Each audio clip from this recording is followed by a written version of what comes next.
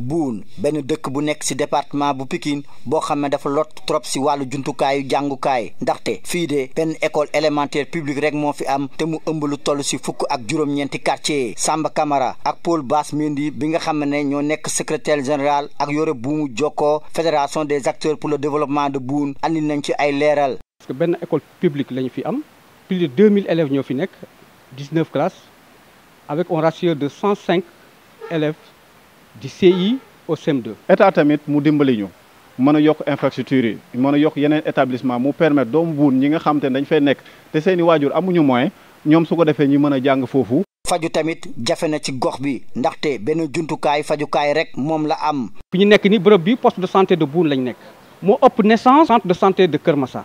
ci loolu noonu nag ñun ñu bëgg état tamit mu dimbale ñu bu ñu mënee créer tamit yeneen poste de santé dina ci baax. léeg-léeg sax ngir ñu yóbbu ñi feebar ci yeneen béréb jafe na loolu ndax amul ambulance bu ñu sukkandikoo ci Penda Sadji bi nekk foofu bàjjenu gox. mooy ambulance bi damay jox anecdote man mi taxaw fii 2006. ginnaaw image yi ngeen gis foofu ci taataa bi fa laa joxe di saigné ba fii. ambulance aw ma ambulance ma jëkkër moo mujjee jël clando ñu dem seetal 2006 ba léegi ñaata femme ñoo ci lor kon ambulance bi c'est urgent.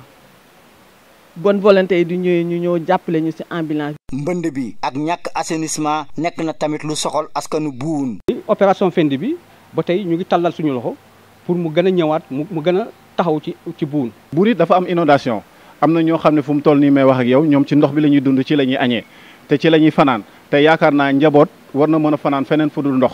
ñoom sax ba tey ñu yëkkati seen kàddu di ñaawlu ñàkk kaaraange bu tar bu ñuy dund moo tax tamit ñuy sàkku ci nguur gi ñëw tabaxal leen benn poste gendarmerie. soxla nañu poste gendarmerie pour vraiment sécuriser nos enfants. métti ñoo génn ci tali bi te ñun ñooy xëy di dem marché bi di jënd ñooy jaay ñooy toppatoo xale yi ñooy accompagner xale yi école kon sécurité bi te boobu tam c'est urgent.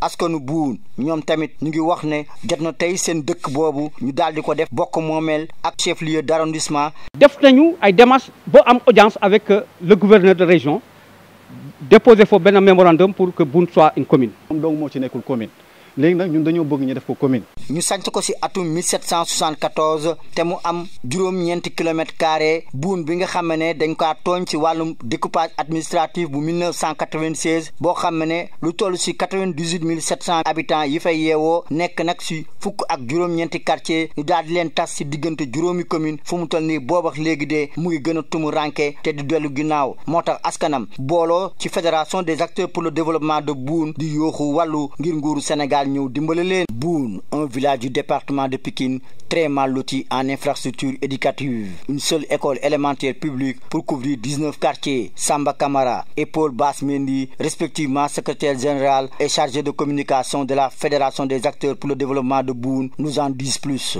Boune a une seule école primaire qui a plus de 2000 élèves avec un ratio de 105 élèves par classe, du CI au CM2.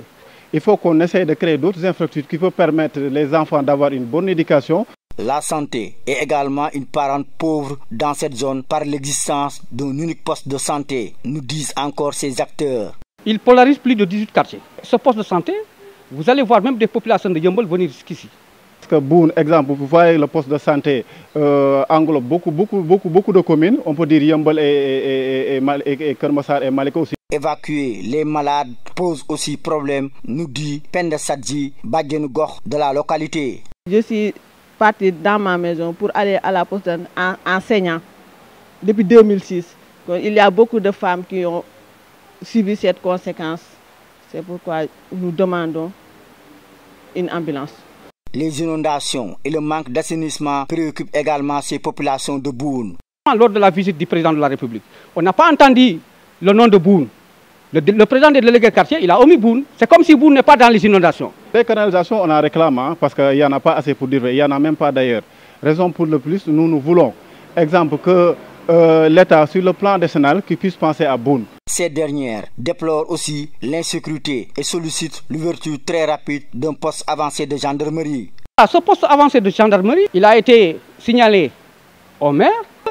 Nous, population de Boune, nous sommes menacés. Nous voulons une poste de gendarmerie parce que quand nous allons pour travailler, aller au marché pour faire notre occupation, nous n'avons pas de sécurité. et réclament également l'érection de leur village en commune de plein exercice et en chef-lieu d'arrondissement avec le projet en gestation de la départementalisation de Keur Massar annoncé récemment par le président Macky Sall. C'est le seul à ne pas être commune aujourd'hui. Il a toutes les potentialités qu'il faut. Pourquoi la population s'est levée pour vraiment réclamer une commune. Oui. Alors, nous voulons que si Boune est érigé en commune, pour qu'on puisse aider Boune à se développer. Fondé en 1774 avec une superficie de 9 km², le village de Boune, victime du mauvais découpage administratif de 1996 qui a dispersé ses 98 700 habitants répartis sur 19 quartiers entre 5 communes, peine encore à émerger. C'est pourquoi ces populations regroupées autour de la Fédération des acteurs pour le développement de Boune crient au secours à l'État du Sénégal pour les venir en aide.